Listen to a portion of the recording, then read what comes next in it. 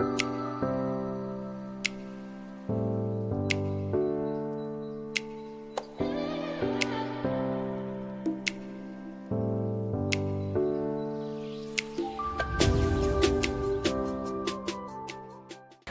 to Kenyan Baby Mama. I hope you guys are staying safe. And today I want us to talk about money. Money and dating where single mothers are concerned. Yes, and this is a very broad topic. So it's impossible to cover this in one video. So probably we're going to have part 2 of this. But I had just pointed out a few things that I think we can talk about today. So the first thing that I want us to look at is how soon in the relationship should you ask your man for financial support? Yes, I know this one is a controversial one. I've talked to several people about this, and I think what I realized ultimately is that we all have our own rules and guidelines when it comes to asking for money in a relationship. How soon should you ask for money? Now, I believe, and also based on my experience, is that there's really no timeline because it depends with the person. It depends with the person how comfortable they are sharing their money with you, or lending you money, or even coming to your rescue when you need financial support. So one of the things that I think you should look out for before you decide to ask a dude for cash is how do they behave with money when you're with them.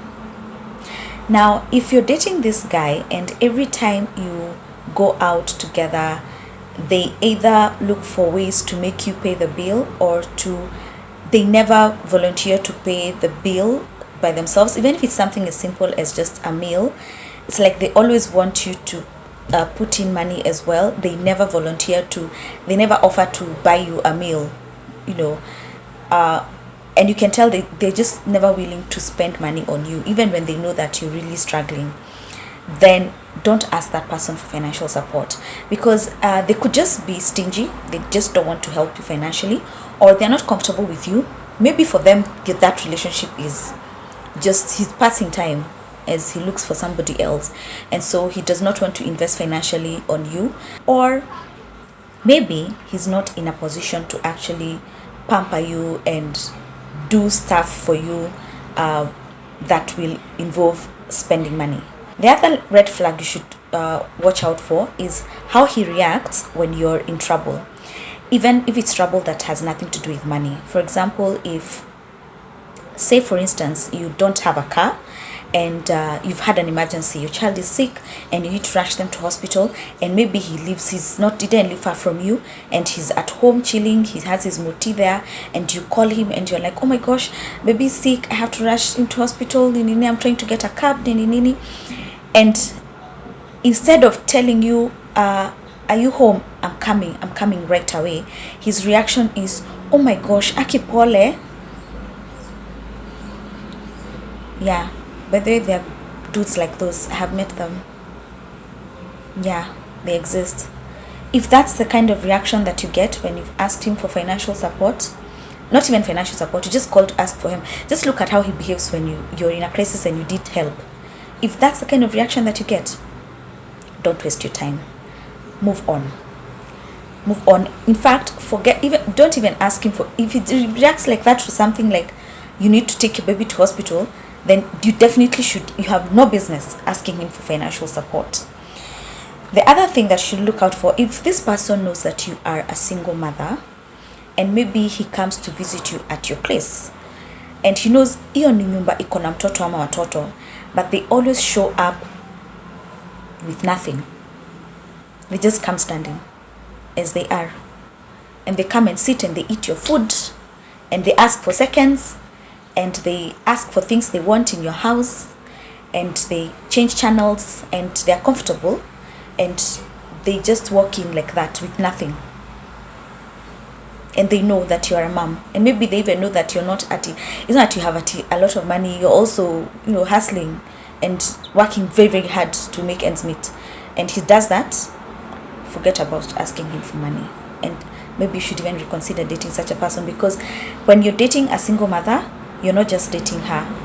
those children or that child that she has will always be like they're together. So you cannot have one without the other.